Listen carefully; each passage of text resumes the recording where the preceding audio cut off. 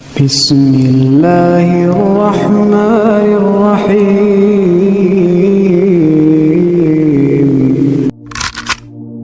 افتطمعون ان یؤمنوا لکم۔ اب مسلمانوں کی طرف روئے سخن ہے،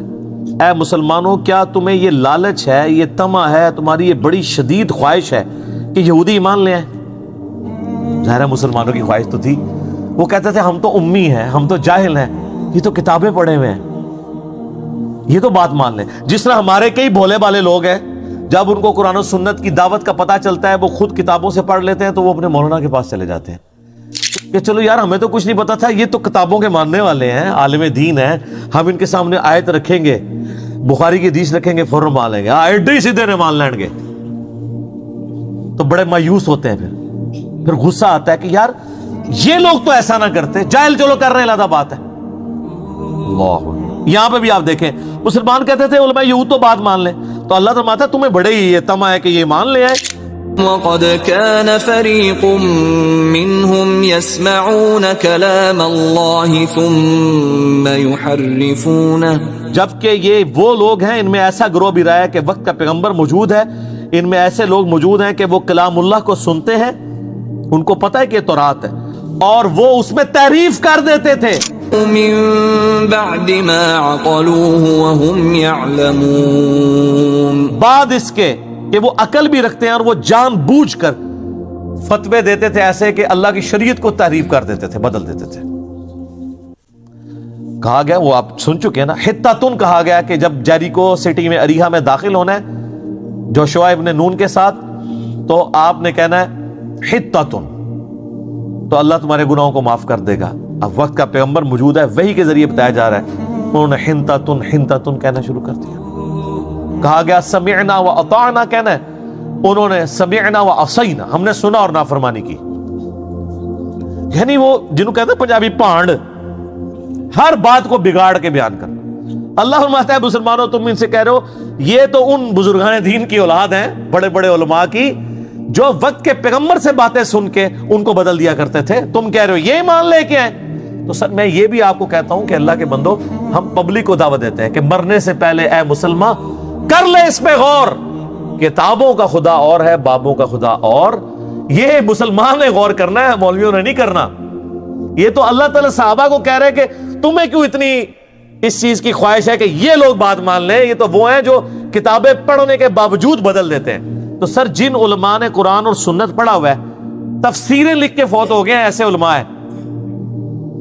لیکن بالکل قرآن کے اپوزٹ تعلیمات اس میں لکھی ہیں۔ ایاک نعبد و ایاک نستعین کی تفسیر میں 10 صفحے کالے کر دیے بابوں کو پکارنے میں، کیونکہ انہوں نے اللہ کی بات نہیں ماننی۔ آپ حنفی علماء کی بخاری مسلم کی اگر شروحات اٹھائیں نا، تو جہاں رفع الیدین کی حدیثیں آئیں گی، اللہ معافی دے آپ کو لگے گا کہ ان کو ہاتھ پاؤں پڑ گئے ہیں۔ حدیث ہوگی 2 لائنوں کی، انہوں نے 20 صفحے کالے کیے ہوں گے کہ کسی طریقے سے یہ بات نہ مانے۔ مشکات المصابیح میں جب کتاب الجنائز چیپٹر میں وہ قبروں کو پکا نہ کرنے والی حدیثیں اور قبروں پہ عمارتیں نہ بنانے والی مسلم شریف کی حدیثیں آئی ہیں نا، تو مفتی احمد جہاں نعیمی صاحب نے جو مشکات کی شرح لکھی ہے 8 جلدوں پہ، انہوں نے اس سے پہلے کتنے صفحے کالے کیے ہیں کہ اب یہ جو حدیثیں آ رہی ہیں ان کو، یعنی وہ کہنا چاہ رہے تھے کہ ان حدیثوں کو نہیں آپ نے ماننا، یعنی اس کو چھوڑ کے آگے ہی نکل جاؤ۔ تو یہ ہے جو کلام اللہ کو بدل دیتے ہیں۔ میں نے بہت بڑی مثال دی تھی حاضر و ناظر کی بحث میں، انہوں نے جال حق کے اندر جہاں جگہ جگہ آیات قرآن میں آئی ہیں نا کہ نبی تم وہاں موجود نہیں تھے، تب بھی تم ان واقعات کو منوان بیان کر رہے ہو، یہ اس چیز کا ثبوت ہے کہ تم اللہ کے پیغمبر ہو، تمہارے پاس وحی آئی ہے۔ اے نبی تم اس وقت موجود نہیں تھے سورہ آل عمران میں جب موسیٰ علیہ السلام کو ہم نے کوہ طور کے پاس پکارا تھا، آپ وہاں پہ موجود نہیں تھے۔ اب یہ تو حاضر و ناظر کا عقیدہ رکھتے تھے، یہ آیات ان کے خلاف تھی، تو ہر آیت پہ وہ لکھتے رہے کہ اس میں یہ لکھا ہے کہ آپ وہاں فزیکلی موجود نہیں تھے، اس میں یہ نہیں لکھا ہوا کہ آپ وہاں پہ ناظر نہیں تھے، آپ موجود تو اللہ کے پاس سے وہاں سے بیٹھ کے دیکھ رہے تھے کہ موسیٰ علیہ السلام، تو وہ دیکھ رہے تھے، تو پھر وہی والا تو معاملہ ہی ختم ہو گیا۔ اور سورہ ال عمران میں آتا ہے جب مریم کی کفالت کے لیے کلمیں ڈالی جا رہی تھی کہ کون مریم کی کفالت کرے گا، یہ طے پایا تھا کہ جس کی قلم پانی کی دھار کے اپوزٹ بہنا شروع کر دے گی، جو امپاسبل ہے بغیر کسی موٹر کے، تو وہ اللہ کی طرف سے غیبی تائید ہوگی۔ تو حضرت زکریا کی بیٹی تھی، تو تم وہاں پہ موجود نہیں تھے، اس کے باوجود تم یہودیوں سے یہ واقعات بیان کرتے ہو، یہ اس چیز پر ثبوت ہے کہ تم اللہ کے پیغمبر ہو۔ طالوت اور جالوت کا جو واقعہ سورۃ البقرہ میں آئے گا، اس میں بھی آپ دیکھیں گے اینڈ پہ جا کے اللہ تعالیٰ کہتا ہے یہ ہم جو پورا قصہ بیان کر رہے ہیں اس چیز کا ثبوت ہے کہ تم اللہ کے پیغمبر ہو، تم تو وہاں نہیں موجود تھے نا، تو تم یہ بیان کر رہے ہو۔ اب یہ ساری چیزیں حاضر و ناظر کی نفی پہ تھیں آیات نا۔ ایک آیت ایسی ہے قرآن میں، سورۃ القصص آیت نمبر 44، جہاں پہ اللہ تعالیٰ فرمایا کہ اے نبی نہ تم وہاں موجود تھے نہ تم دیکھ رہے تھے، تو ان کا وہ وہم بھی ختم ہو گیا، دیکھنے والا، نہ حاضر تھے نہ ناظر تھے۔ اب وہ آیت آئی نا تو انہوں نے کہا اب یہ تو آیت میرے وہ جو پورے پہلے 50 آیتوں کو میں نے جو اپنے زوم میں ذبح کرنے کی کوشش کی، اس کو کیسے ذبح کروں؟ تو انہوں نے آیت ہی آدھی لکھی کہ اے نبی تم وہاں موجود نہیں تھے، جو آگے لکھے تھے نا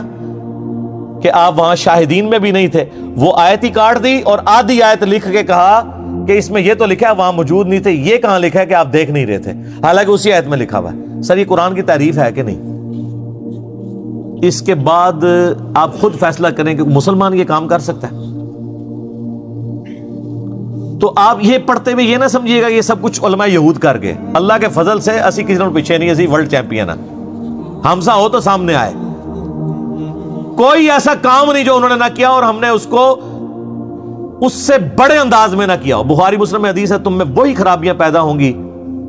تم بھی اگلے لوگوں کے راستے پہ چل پڑو گے قدم با قدم، بالشت بر بالشت، حتیٰ کہ ان میں سے کوئی گوہ کے سوراخ میں داخل ہوا تم بھی وہی کام کرو گے۔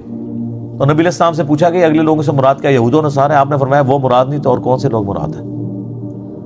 تو وہی کام کیے۔ تو اے مسلمانوں تمہیں یہ بڑی خواہش ہے نا کہ ایمان لیں، حالانکہ یہ وہ لوگ ہیں کہ اللہ کا کلام سنا، اس کے بعد اس نے تعریف کر دی عقل رکھتے ہوئے جان بوجھ کر۔